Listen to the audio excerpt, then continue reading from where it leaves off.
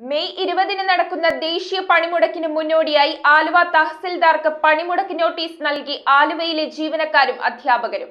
Mini civil സ്റ്റേഷന് മുൻപിൽ നടന്ന പ്രകടനവും യോഗവും കേരള NGO യൂണിയൻ സംസ്ഥാന കമ്മിറ്റി അംഗം AN സിജിമോൾ ഉദ്ഘാടനം ചെയ്തു.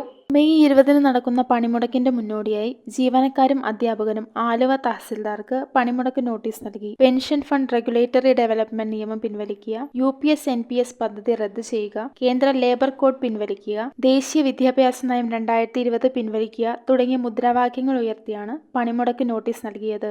ജീവനക്കാരും അധ്യാപകരും ഇതിനെതിരെ മിനി സിവിൽ സ്റ്റേഷന് മുൻപിൽ പ്രകടനത്തിന് TA Manisha, KA Krishnakumar, TV Siccin, CR Mahesh, AN Ashokan, NE Sooraj, KA Sreekuttan, Kavitha R Nair എന്നിവർ നേതൃത്വം നൽകി. FSC TO taluk secretary NK Sujesh സ്വാഗതം അർപ്പിച്ച ചടങ്ങിൽ കേരള NGO യൂണിയൻ സംസ്ഥാന കമ്മിറ്റി അംഗം AN സിജിമോൾ ഉദ്ഘാടന കർമ്മം നിർവഹിച്ചു. 8 മണിക്കൂർ ജോലി പോയിട്ട് 10 മണിക്കൂർ 12 മണിക്കൂർ 18 മണിക്കൂറോളം ജോലി ചെയ്ത് തുടർച്ചയായി ജോലി ചെയ്ത് വിശ്രമമില്ലാതെ മരണത്തിന് കീഴ്പ്പെട്ട ഒരു തൊഴിൽ മേഖലയിലെ രക്തസാക്ഷിയാണ് അന്ന എന്ന് പറയുന്നത്. ഇങ്ങനെയുള്ള അന്നമാർ ധാരാളം നമ്മുടെ ലോകത്തും രാജ്യത്തും എല്ലാം ഉണ്ടായിക്കൊണ്ടിരിക്കുന്ന കാലഘട്ടമാണ്. കോർപ്പറേറ്റ് ഭീമന്മാർ പറയുന്നത് അവരുടെ ഇംഗിതത്തിനനുസരിച്ചിട്ട് തൊഴിൽ മേഖലയിൽ പണി ചെയ്തോളാനാണ് പറയുന്നത്. അതിൽ വിശ്രമമില്ല, ഒന്നുമില്ല. ഇപ്പോൾ നാം കണ്ടതാണ് ലോക്കോ പൈലറ്റുമാരുടെ സമരം. ഈ ലോക്കോ പൈലറ്റുമാരുടെ സമരം വലിയ തോതിൽ ഇടയ്ക്കും തലയ്ക്കും എല്ലാം നടക്കുന്നുണ്ട്. എന്താ 10 ലക്ഷത്തോളം നിയമനങ്ങളാണ് ഒഴിഞ്ഞു കിടക്കുന്നത്.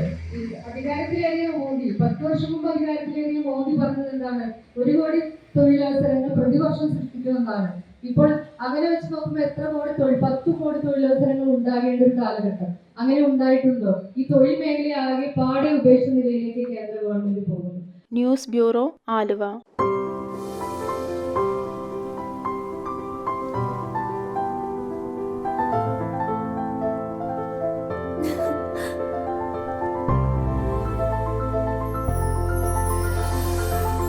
കളങ്കമില്ലാത്ത സൗഹൃദം പോലെ കലർപ്പില്ലാത്ത വിശ്വാസം. കല്ലൻസ് ജ്വല്ലറി.